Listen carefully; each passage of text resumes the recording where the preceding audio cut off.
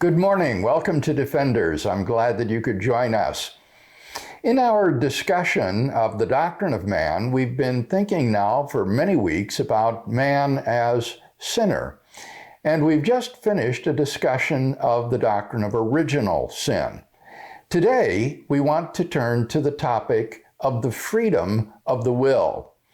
And the operative question in this section is this: given our fallenness and sinfulness before God, do we have the freedom to respond to God's gracious initiatives? Or are we completely passive, if not resistant, such that all of the activity and efficacy of salvation comes from the divine side? Well, let's begin by looking at some biblical data on this question. Let's look first at 4 Pauline passages from the New Testament that speak to this subject. First is Ephesians chapter 2, verses 8 and 9. Ephesians 2, 8 and 9. For by grace you have been saved through faith, and this is not your own doing. It is the gift of God, not because of works, lest any man should boast. Second is Romans chapter 9, verses 6 to 25. Romans chapter 9, verses 6 to 25. Speaking of Israel's failure to attain salvation, Paul writes, "It is not as though the word of God had failed. For not all who are descended from Israel belong to Israel, and not all are children of Abraham because they are his descendants. But, quote, through Isaac shall your descendants be named," end quote. This means that it is not the children of the flesh who are the children of God, but the children of the promise are reckoned as descendants. For this is what the promise said, quote, "About this time I will return, and Sarah shall have a son," end quote. And not only so, but also when Rebekah had conceived children by one man, our forefather Isaac, though they were not yet born and had not done anything, either good or bad, in order that God's purpose of election might continue, not because of works, but because of his call, she was told, quote, "The elder will serve the younger," end quote. As it is written, quote, "Jacob I loved, but Esau I hated," end quote. What shall we say then? Is there injustice on God's part? By no means, for he says to Moses, quote, "I will have mercy upon whom I have mercy, and I will have compassion on whom I have compassion," end quote. So, it depends not upon man's will or exertion, but upon God's mercy. For the scripture says to Pharaoh, quote, "I have raised you up for the very purpose of showing my power in you, so that my name may be proclaimed in all the earth," end quote. So then, he has mercy upon whomever he wills, and he hardens the heart of whomever he wills. You will say to me then, why does he still find fault? For who can resist his will? But who are you, a man, to answer back to God? Will what is molded say to its molder, "Why have you made me thus?" Has the potter no right over the clay to make of one lump vessels made for beauty and another for menial use? What if God, desiring to show his wrath and to make known his power, has endured with much patience the vessels of wrath made for destruction, in order to make known the riches of his glory for the vessels of mercy, whom he has prepared beforehand for glory, even us, whom he has called, not from the Jews only, but also from the Gentiles. As indeed he says in Hosea, quote, "Those who were not my people, I will call my people, and her who was not beloved, I will call my beloved," end quote. Then in Romans chapter 10, verses 6 to 13, Romans 10, 6 to 13, Paul goes on to say, "But the righteousness based on faith says, do not say in your heart, who will ascend into heaven? That is to bring Christ down. Or who will descend into the abyss? That is to bring Christ up from the dead. But what does it say? The word is near you, on your lips and in your heart. That is the word of faith, which we preach. Because if you confess with your lips that Jesus is Lord and believe in your heart that God raised him from the dead, you will be saved.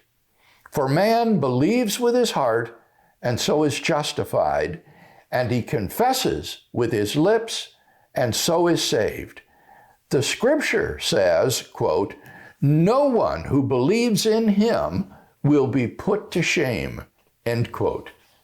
For there is no distinction between Jew and Greek. The same Lord is Lord of all and bestows his riches upon all who call upon him. For, quote, everyone who calls upon the name of the Lord will be saved, end quote. Finally, Galatians 3, verses 6 to 9. Galatians chapter 3, verses 6 to 9. Paul writes, thus Abraham, quote, believed God, and it was reckoned to him as righteousness, end quote. So you see that it is men of faith who are the sons of Abraham. And the scripture, foreseeing that God would justify the Gentiles by faith, preached the gospel beforehand to Abraham, saying, quote, in you shall all the nations be blessed, end quote. So then, it is men of faith who are blessed with Abraham who had faith. These are the scriptural data that we want to reflect upon concerning the freedom of the will. Let's turn now to various attempts to systematize these biblical data. First, let's look at what the Protestant reformers had to say about the question of the freedom of the will. The reformers held to the so-called bondage of the will. Infected with original sin, fallen man is incapable of freely choosing for God and appropriating his grace. So, Martin Luther, for example, held that human beings are, as he put it, free in things below, but bound in things above. That is to say, Luther was willing to grant that human beings have freedom of the will with respect to earthly affairs. For example, the decision to shop at Publix instead of at Trader Joe's. But when it comes to things above, that is to say, spiritual matters, man's sinfulness has bound his will so that man is not free to choose for God and to appropriate his grace. Rather, redemption must come entirely from God's side. It is God who chooses and saves whom he wills. The Swiss reformer John Calvin was even more stringent than Luther in his view of the bondage of the will. Calvin emphasized the doctrine of total depravity, that every aspect of the human person is fallen and infected with sin. Being thus totally depraved, you have no ability to respond to God's offer of salvation. Preaching the gospel to you is like preaching to a dead man because you are dead in your sins. So, God must unconditionally elect those whom He wills to save, and He simply passes over those whom He does not elect to save, and they are damned as a result. Following on total depravity and unconditional election is God's irresistible grace. Given that saving grace comes from God alone, and that God is omnipotent, God's grace is irresistible by human beings.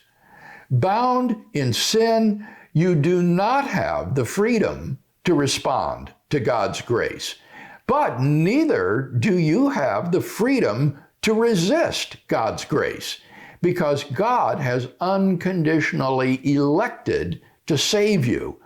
Therefore, if by His sovereign decree He wills that you will be saved, then you will be saved, and His grace will inevitably and irresistibly produce its effect in you. So, salvation is totally determined from the side of God. The foregoing is the sense in which the Protestant reformers affirmed the doctrine of sola gratia, that is, salvation by grace alone. It's not simply that we are saved through no merit of our own, but only by God's undeserved favor. It's much more than that. The Reformers affirmed an irresistible grace that you have no power to refuse. There is nothing about you that would prompt God to choose you, such as a disposition to have faith in God. Rather, He simply sovereignly chooses to save whomever He wills, and He gives irresistible grace to those persons alone. And as a result, they are saved. So, there is no freedom of the will with respect to salvation. Next time, we'll consider the view of the Catholic counter-reformers concerning freedom of the will. Until next time, then, have a blessed week.